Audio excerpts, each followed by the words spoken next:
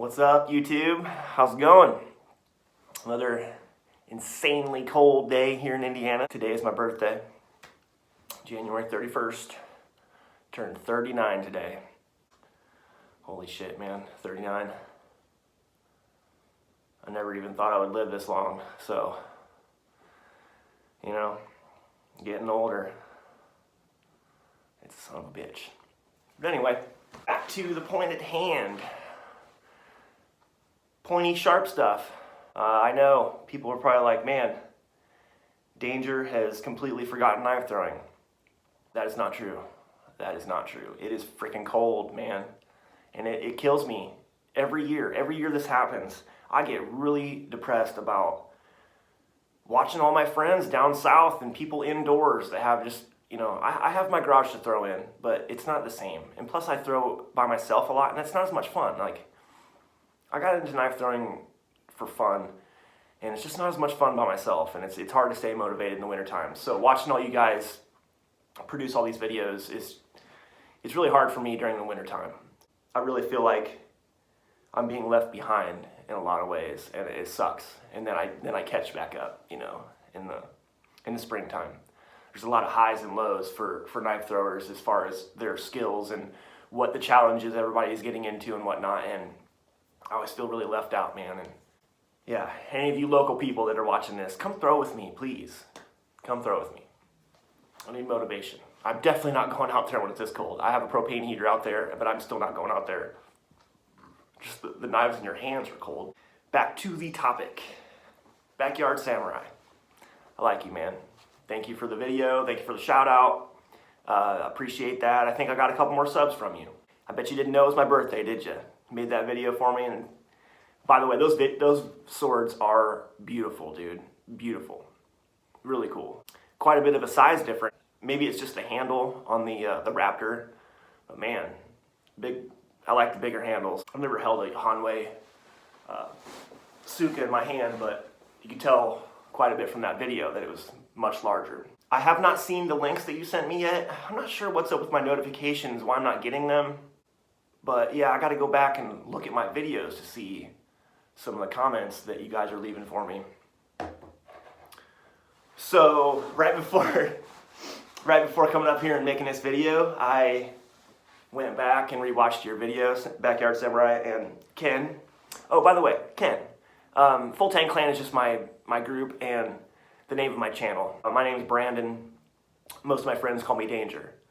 You can call me Danger, that'd be cool. Call me Brandon, call me an asshole, whatever you want to call, that's cool, whatever. Anyway, I went back and watched your video, and as I did that, I saw that you had just recently made a video about the Suka and whatnot, and then I scrolled down a little bit and I saw Katana Fanboy also made one, so I did not watch either one of those videos on purpose so I can make this video, and then we'll go back and maybe make another video after that. Addressing those situations. I know that Katana Fanboy, KFB, is, you know, I know that he's not the most liked guy in the community right now, and I get it. I don't agree on some of the things that he does, but man, he's really passionate about it, and I don't really think that the information that he's providing is going to hurt anyone. So if you watch this, man, I don't want to, I'm not coming down on you in any way. Everybody to each his own. And yeah, there's a lot of stupid drama in the knife throwing world as well, and you know, it is what it is. Anyway, back to the swords. So, the Unikubi Zakuri. I have not touched this sword yet. It's the exact same way as I received it. I wanted to practice on the Datanuki katana I got first, sharpening, which, by the way, that blade thickness of that particular sword is so thick that you cannot use the guides on the Ken Onion Work Sharp. That's okay. I just held it straight up as possible and gave it a convex edge as much as possible, and it worked out pretty well. Except I had to use a 120 grit to get it apexed. The edge was so non-existent on that sword, not this one, that I could look down the edge and see a flat plane. You know what I mean? Like you could tell that it wasn't to a point.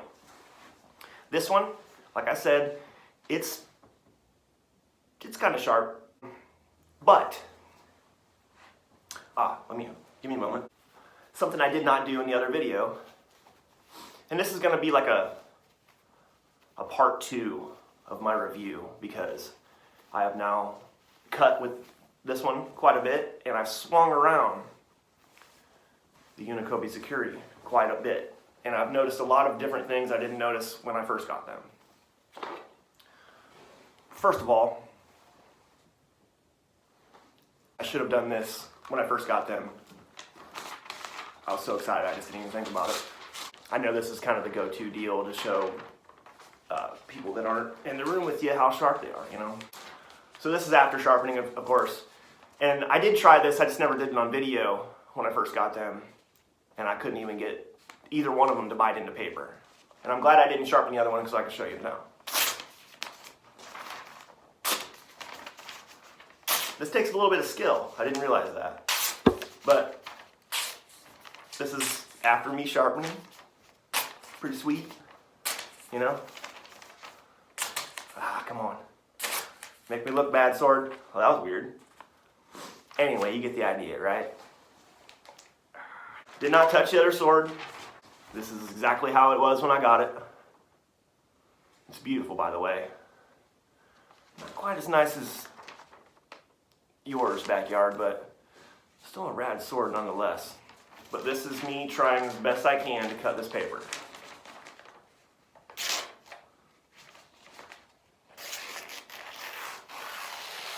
Oh, hey, look at that. Man, maybe I didn't try hard enough the first time. It does kind of cut in, huh? But, you know what I mean? It's got a little bit of an edge. And maybe I need to go back and try again, because the first time I swung these was inside concrete floor in our paint booth. And swinging them inside is different than outside, in my experience so far. I was a little bit timid, didn't really get into my swings, and I realized that I don't need to swing as much now, but edge alignment is key. Maybe I need to go back and try some bottles with this again. Now, because I haven't touched this, and I want to do that because of the comments from Bushi Mater. And he says that he has a blade, and he likes the fatties, is his expression, the fatties. I think everybody's liked a fatty in their lifetime once or twice. But in this case, we're talking about Niku, thickness of the blade. Now, I've watched his videos, and you know, maybe his blade is crazy fat, but man, it cuts bottles like nothing. So I'm really interested to see how well his edge cuts paper, because he says that he doesn't even consider his sword sharp, and that confuses me a great deal, actually. So, yep, still haven't touched this. Still has a little bit of rust on the Hibaki and whatnot. I do need to fix the saya, and I need to go find a piece of veneer or whatever. That's going to be my first thing, I think, is trying to fix the saya. It's still insanely cold here. Not in a rush to go out and try. I mean, I'm in a rush to go out and try this, but it's just so cold, man. In my garage, I got a couple like rafters over top of me, and it's just cramped, you know. And inside, if I extend, I touch the ceiling, which sucks. What else did I want to go over? Oh, okay, this sword. After swinging it, everything's still tight, but I noticed that the Mikugi are off slightly. See that? Just a little bit. And I noticed just from swinging it around in my house that there's a slight creak, and that's not the problem. Yes, I'm a little upset that the handles were not the lengths that they said they were on the website. That's not the big deal. The big deal that I have with these swords, like I said, they're awesome, man. I'm happy I only paid fucking $70 and $80 for them, you know? The problem I have is I asked the guy, please make sure they're sharp. Please. I don't want them if they're not sharp. And I'm glad I got them anyway now. But dude, I wanted to test a sword out as it's supposed to be. I didn't want to have to put my dumb hands on it. I don't know what I'm doing. I mean, I kind of do now, but I did not. And, you know, Katana Fanboy he's an advocate of Sinosword. And I understand that, and he wants to make it correct. I don't know if you guys read his comments or not. And I admire that. I like that. But he doesn't work for him or anything. He has no stock in them.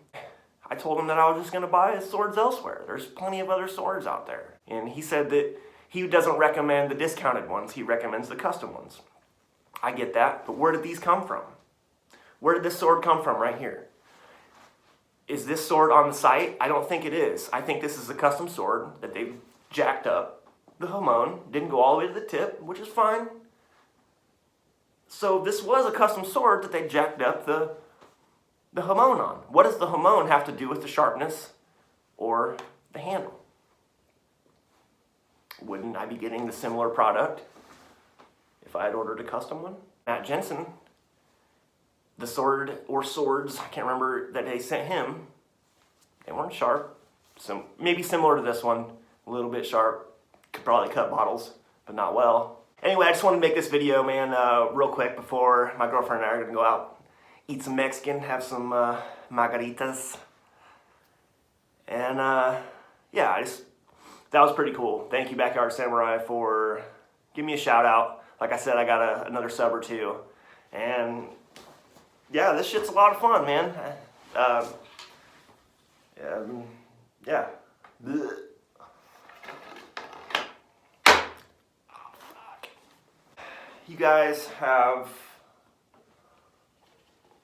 a wonderful rest of my birthday. Danger out. Peace.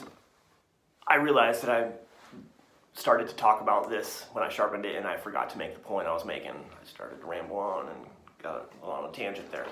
What I was saying about the 120 grit is I had to hold it straight up and down because it's too fat to fit in the guides on that work sharp. So what had happened, I was trying to get it as much convex as possible. I ended up putting the edge up against that 120 belt. I'm not sure if you'll be able to see this or not, because